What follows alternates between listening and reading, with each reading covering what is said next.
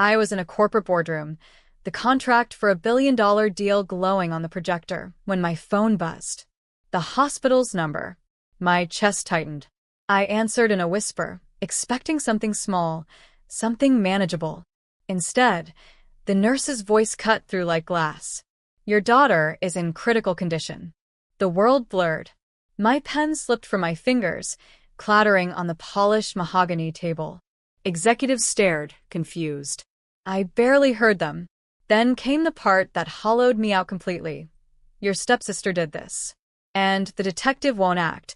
Her husband is the CEO. For a second, I couldn't breathe. My name is Vanessa Reed. I'm 35. And if you think you know how this ends, stay tuned. What happens when power shields cruelty until someone stronger decides to break the shield? I raced to the hospital, my heels pounding across sterile floors, the scent of antiseptic stinging my throat. My little girl lay motionless, tubes running from her arms, machines beeping in steady rhythm.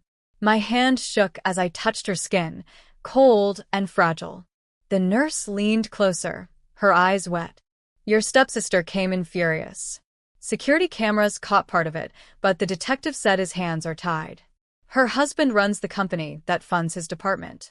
For hours, I sat there in silence, watching my daughter fight for each breath, rage simmering beneath the grief. They thought their money made them untouchable. They thought I was powerless. What they didn't know was who I really was. By morning, federal agents stormed their corporate offices, briefcases of warrants in hand, their voices commanding. Glass doors shattered under flashing lights, servers were carried out in black cases, employees scattered like birds startled from a wire. And as my phone lit up with headlines, I whispered to myself, this isn't revenge.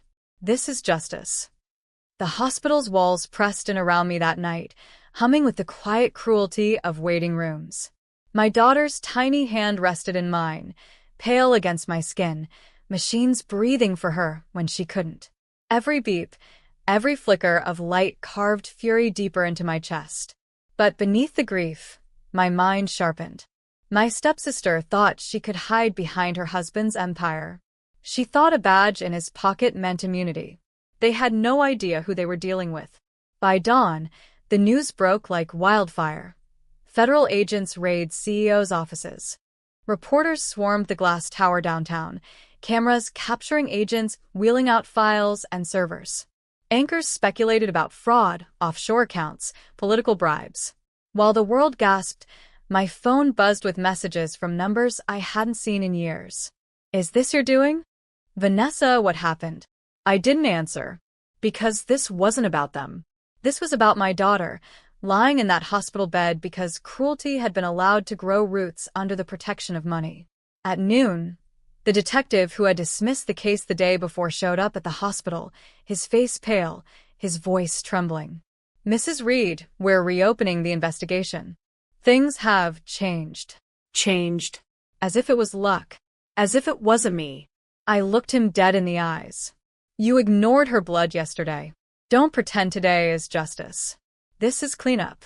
He couldn't hold my gaze. That evening, I stood by the window of my penthouse, city lights flickering like nervous eyes. My daughter slept, her breathing steadier now, nurses moving gently around her. My reflection in the glass looked nothing like the woman they had dismissed as family disappointment years ago. They had tried to erase me with words. They had tried to cage me with hierarchy. Now, I was the storm tearing through their illusion of safety. And the storm had only begun. The raid was only the first domino. By the third day, headlines screamed across every platform. Corporate fraud scandal unveiled. Employees whispered to reporters. Photos of shredded documents hit the internet, and the CEO, my stepsister's husband, vanished behind a wall of lawyers. But none of it mattered to me more than the sound of my daughter's breathing. I sat at her bedside, listening, waiting for her eyes to open. Each flutter of her lashes was worth more than the billion-dollar collapse unraveling outside. Still, justice wasn't finished. My stepsister hadn't been seen since that night. The family buzzed with excuses. She didn't mean it. She was overwhelmed. It's all exaggerated. They didn't know I had the footage. The nurse slipped me a USB drive, grainy hospital security video of my stepsister storming down the hallway, shouting, her hands pushing too hard, my little girl's scream echoing faintly before the camera cut. Proof. Enough to shatter every lie. I held the drive in my hand, cold metal pressing into my palm. For years, they had dismissed me, the quiet one, the unimportant one, the woman in the shadow of their power. But power doesn't last when truth has teeth. And this truth was hungry. The detective called again, his voice almost pleading. Mrs. Reed, if you'd like to provide evidence, we can guarantee prosecution. I thought of his smirk 2 nights ago when he'd said, my hands are tied. Now his hands were shaking. I didn't answer right away. I stared at my daughter, her chest rising and falling, fragile but alive. This wasn't just about revenge anymore. It was about making sure they never had the power to hurt her or anyone else again. The 4th morning, the air in the hospital felt different. Nurses whispered in corners, their eyes flicking toward me with a mix of pity and respect. They had seen the headlines. They knew something was shifting. My phone buzzed again. This time, it wasn't the detective. It was my stepsister. A single, desperate message. We need to talk. Please don't let them destroy us. I stared at the screen, my jaw tightening. Us. She still thought we were bound together. That blood was a shield against consequence. I typed back one line. You did that yourself. Then I turned the phone face down. At my daughter's bedside, I brushed her hair gently from her forehead. She stirred, her eyes half opening for the first time. My throat tightened. You're safe now, baby. I promise. Outside the window, sirens wailed in the distance. The city was cracking open their empire, one subpoena at a time. By noon, the detective returned, his arrogance replaced by humility. Mrs. Reed, he said softly, we've received federal orders. Your stepsister is no longer untouchable. If you have the footage, he paused, almost ashamed. It could end this. I looked at him, holding the USB drive in my hand. For once, I didn't feel powerless. I didn't feel erased. I felt like the axis everything turned on. And for the first time, they couldn't stop me. That evening, I left the hospital for the first time in days. The city air was sharp, filled with flashing lights from news vans parked outside the courthouse.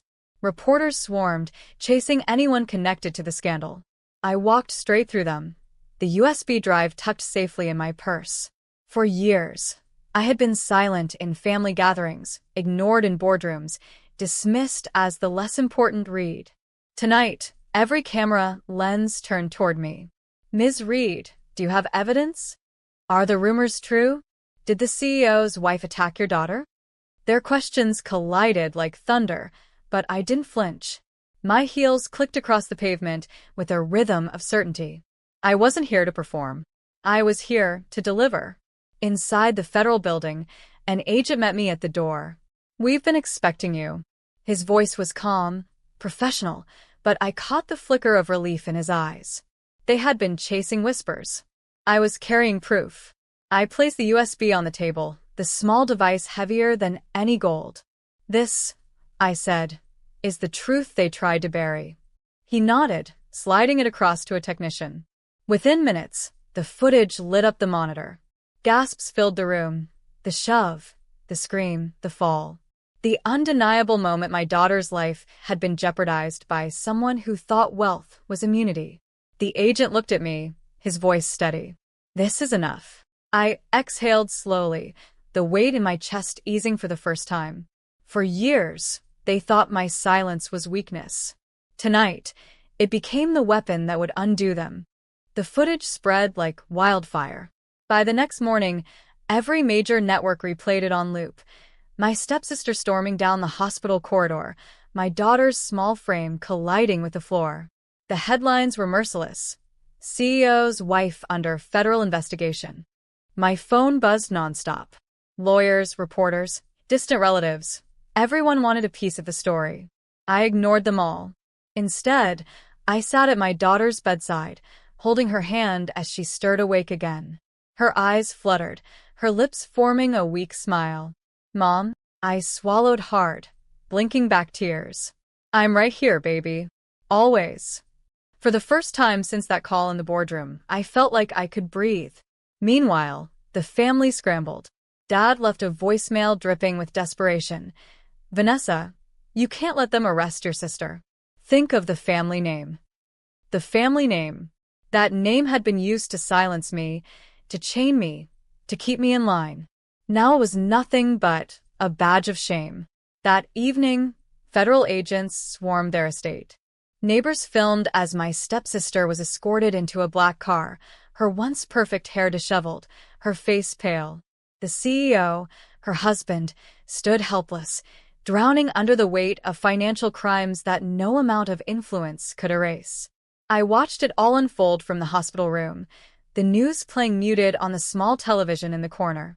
My daughter squeezed my hand, her voice faint but clear. Are we safe now? I kissed her forehead. Yes, sweetheart. We're safe. Because justice had finally broken through walls that money built. And for the first time, the empire that mocked me was crumbling at my feet. The world moved quickly once the footage aired. Indictments followed within days.